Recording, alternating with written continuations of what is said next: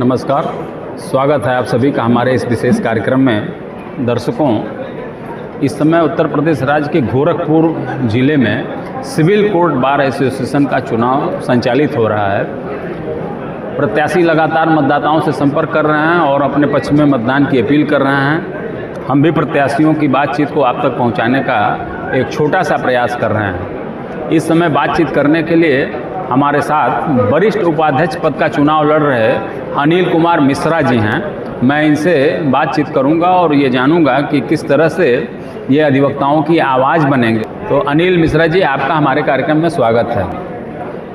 मिश्रा जी, आप बताइए, आप वरिष्ठ उपाध्यक्ष पद के प्रत्याशी हैं, तो आपकी दृष्टि में कौन सी ऐसी समस्याएं हैं, कौन सी बुनियादी समस्या है, बुनियादी सुविधा है जो आज भी अधिवक्ताओं को उसका लाभ नहीं मिल पा रहा है? क्या कहेंगे आप? सबसे पहले मैं अपने अधिवक्ता बंधुओं को सादर प्रणाम करता हूं। आपने बहुत अच्छा प्रश्न उठाया कि मैं अधिवक्ताओं के लिए क्या करूंगा।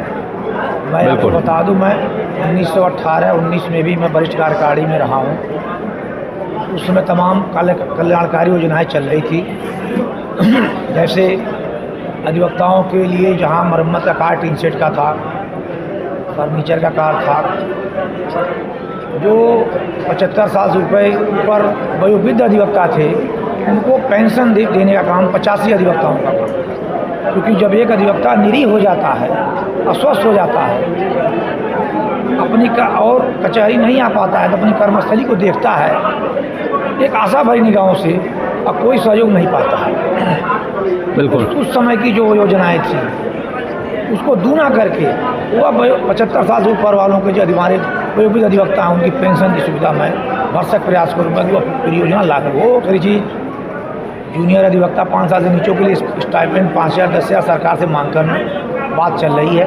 तीसरी हमारी मांग है सरकार से अधिवक्ता प्रोटेक्शन बिल लागू करना, जो आए दिन आपराधिक मामला अधिवक्ताओं का हो रहे हैं। जब हम ही नहीं सुरक्षित रहेंगे तो हम समाज को क्या सुरक्षा देंगे। बिल्कुल, बहुत सुंदर। मिश्रा जी, जैसे कचहरी परिसर में साफ़ सफाई, पर्याप्त टॉयलेट की व्यवस्था, बहुमंजिली बिल्डिंग में लिफ्ट वगैरह की जो समस्याएं हैं, इससे अधिवक्ता बिल्कुल एकदम समस्याग्रस्त है। तो इसके लिए क्या आपकी कार्य योजना है, किस तरह से इस पर कार्य करेंगे आप? ये समस्या जब बिल्डिंग बनी उस समय कार्यकारिणी नहीं उठाई कि वहाँ डबल लिफ्ट की व्यवस्था होनी चाहिए दोनों साइड की, जो नहीं हुई। कोशिश करेंगे हम कि वह समस्या दूर हो और लिफ्ट सुचारू ढंग से चले। बिल्कुल। परिसर में बुजुर्ग अधिवक्ताओं के आने जाने के लिए बड़ी समस्या है। ये समस्या, तो ऐसी स्थिति में इस पर किस तरह से आप काम करें? समस्याओं को चुनाव के बाद हम लोग उठाया जाएगा जनपद न्यायाधीश महोदय से, एजे साहब से, कि जब जिला जज न्यायिक अधिकारी का वाहन आ रहा है तो बुजुर्ग अधिवक्ताओं का वाहन क्यों न आवे। एक ही न्यायालय में 2 तरह की व्यवस्था नहीं चलेगी और वो तो समान रूप से सबके लिए लागू। बिल्कुल बिल्कुल बिल्कुल, बहुत समाधान, ये बहुत बड़ा ज्वलंत उदाहरण है। हम लोग पीड़ित हैं, उसको हम उठाएंगे। बिल्कुल बिल्कुल बिल्कुल। महिला एक हाल की व्यवस्था हम लोग जो बनवाए थे, इस समय लाइब्रेरी की व्यवस्था हो गई है, उसकी भी व्यवस्था हम लोग करना अनिवार्य है। महिला अधिवक्ताओं की संख्या बढ़ रही है। बार के वकालतनामे से होने वाली जो आय होती है, उस आय का समुचित प्रयोग हो और अधिवक्ता हित में उसका प्रयोग हो। दूसरी चीज़ की, जो अधिवक्ताओं को जो आर्थिक लाभ मिलता है वकालतनामे से, उसका भी अनुपात सही हो। तो इस दृष्टि से इस संबंध में क्या आपने सोच रखा है, किस तरह से इस पर कार्रवाई करेंगे? बहुत ही ज्वलंत मुद्दा है। वर्तमान कार्यकारिणी हमारी 60 लाख रुपया फिक्स कर दी है, लेकिन अधिवक्ताओं के पैसे को उन्होंने समुचित ढंग से नहीं बढ़ाया। हमारे कार्यकाल में 1 लाख रुपया था, बाद में 50,000 हो गया, इधर 1 लाख रुपया कर दिए हैं। इसको कम से कम 2 से 2.5 लाख रुपया होना चाहिए। बिल्कुल बिल्कुल। लेकिन हमारी कोशिश ये होगी कि जो अधिवक्ता बंधु गंभीर रूप से बीमार हैं उन्हें 50% अनुदान तत्काल दिया जाए।